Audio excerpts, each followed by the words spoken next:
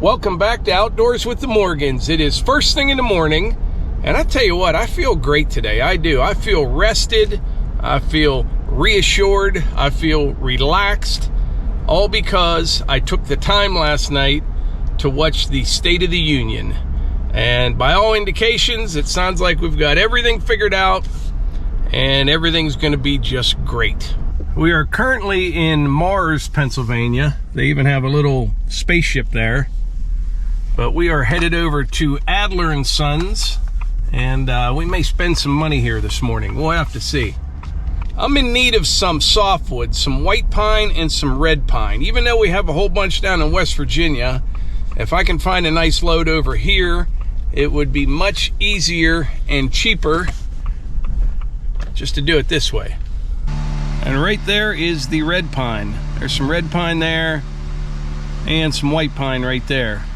White pine is definitely much bigger, but that red pine, it's not all bad. Nice and straight stuff. A lot of like 15, 18-inch diameter stuff in there. That might be the ticket. All right, that was easy peasy. I just made a deal on a load of red pine, and they're gonna bring it later on today. But before they do, I need to get back to the wood yard and clean some stuff up and make some room.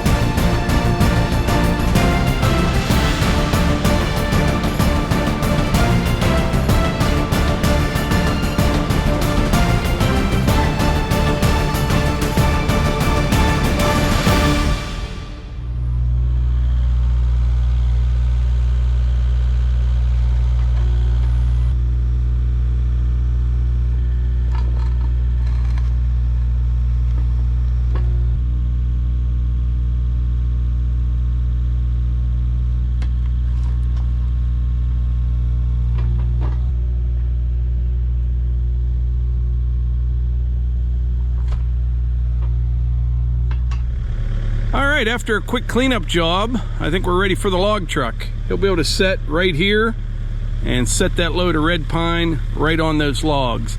I try to always keep the logs up off the ground. That doesn't always happen. Hardwoods, it's not the end of the world as long as you saw them relatively quick. But the pine, it does not last long sitting right on the ground. So try to keep them up off the ground. It'll take some time to saw that whole load. There's probably going to be close to, I don't know, 4,000 board feet maybe We'll have to see. He always brings a pretty good jag when he comes over here. We'll see how much it is, and I'll ask him how much he has left. We may even get 2 loads. We'll just have to see. All right, so as long as he doesn't run into any trouble like DOT or breakdowns or whatever, that load of red pine should be here in about an hour, I'm guessing. I'll be glad to get that in today because tomorrow looks like a washout. Nice day today, but tomorrow calling for about an inch of rain, so there probably won't be much happening down at the wood yard. But we're gonna take this opportunity. I wanted to talk about something. The other day, I did a video about making pizza wood, not just for pizza ovens, but for the little solo stoves and things like that. And I did like some market research. I figured out what they were selling it for, and I was trying to figure out the best way to make it. And there were a ton of comments. Must have been over 100 saying that I should just cut stickers on the sawmill, you know, like 1 inch by 1 inch, and then cut them to length on the miter saw. And I talked about that in the video. I think people must have missed it or something. It would be the easiest way to do it. It really would, but I don't think it would make the product that I want to sell. And I don't think it's the product that the consumer would want. And the reason is this. With firewood, you want that inconsistency when you split it. So when you put a handful down, you get that airflow. I don't think you want 4 flat sides. I just don't think it would burn as well. And I hadn't seen any like that on the market, and I just don't think it would be a good idea. It would be easier, it would for sure, and I probably wouldn't mind it, but it's not what I want, it's what the consumer wants, and I think they want something more along these lines, like this. So that's why I'm not doing the stickers. But there were literally 100 comments, and that was the first thing that I thought of. That would be the easiest way to do it, but it would not make the product that the people want. I just don't think so. So while we're waiting, I have another fun fact for you. I told you at the beginning of this video, I watched the State of the Union last night, and it was pretty much as I expected. But there was a lot of talk about taxing the rich more. And I'm not here to defend the rich. I don't really care. I got nothing in it. And they can defend themselves. However, if you look at the numbers that they were talking about, taxing the rich more is not going to do anything at all, really. The president said he wanted to increase the tax rate from 8% to 25% on anyone that makes over $100 million. And he said that that would generate $500 billion over the next 10 years. That's a lot of money, $500 billion. And then he talked about all the different things that we could do with that money. But the fact of the matter is, in 2023, just last year, the federal government spent $6.13 trillion, way more than they took in. And that works out, $500 billion, they spend that in 31 days, okay? So he's saying if you tax them this amount, we'll get $500 billion over 10 years, but they spend that much in 31 days. So it's meaningless. It means nothing. That has been something that I have heard since I was a kid, you know, pay their fair share. I don't know who determines what the fair share is, but in my opinion, we don't have a taxation problem. We have a spending problem. If you can spend $500 billion in 31 days, I think that might be where the problem is. That's just my opinion. The other thing I learned last night, it looks like the government is going to get more involved in the home building business. He said that they want to build or remodel like 2 million homes because we have a home shortage in the United States. And you have to ask yourself, why is there a home shortage all of a sudden? And then you quickly realize we've had about 7.5 million people come into the country illegally. Well, of course there's not enough homes. So now we need something, the government, to build more houses or something. That should be something else. It really should. Can you imagine the government building homes?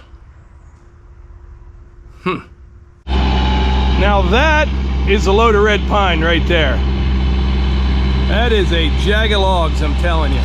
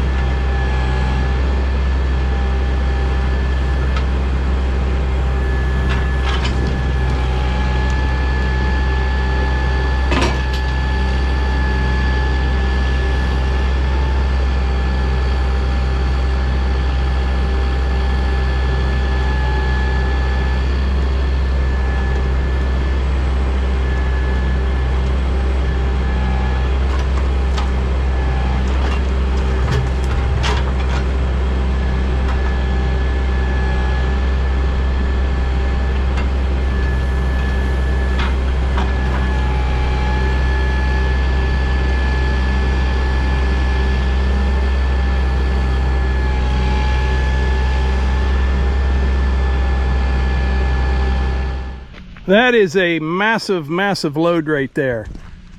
That's a lot of lumber.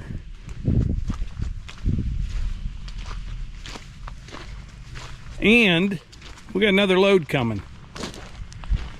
The next load, they won't be quite as big. It'll be a little bit smaller. But for red pine, you don't see them much bigger than this at all. This is about maximum diameter that you'll find around here in red pine. This is really nice stuff. Got a couple that almost went over the hill, but they're all still up here. So what I'm going to do while he's going to get the other load, I'm going to move a couple of these right here that are on the ground. I'll take them over by the sawmill and we'll put a few more logs down here, and we should, if I come out about 10 or 12 feet, he should be able to fit that other load on it and kind of ramp up the pile, I think. We're going to be in the red pine for a while.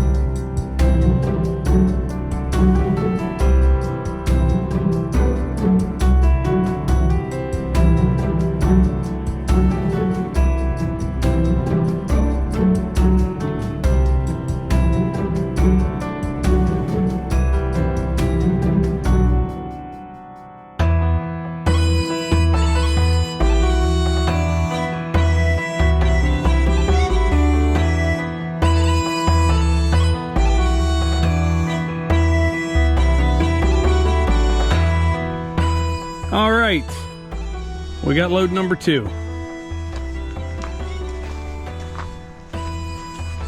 We got a lot of sawing to do.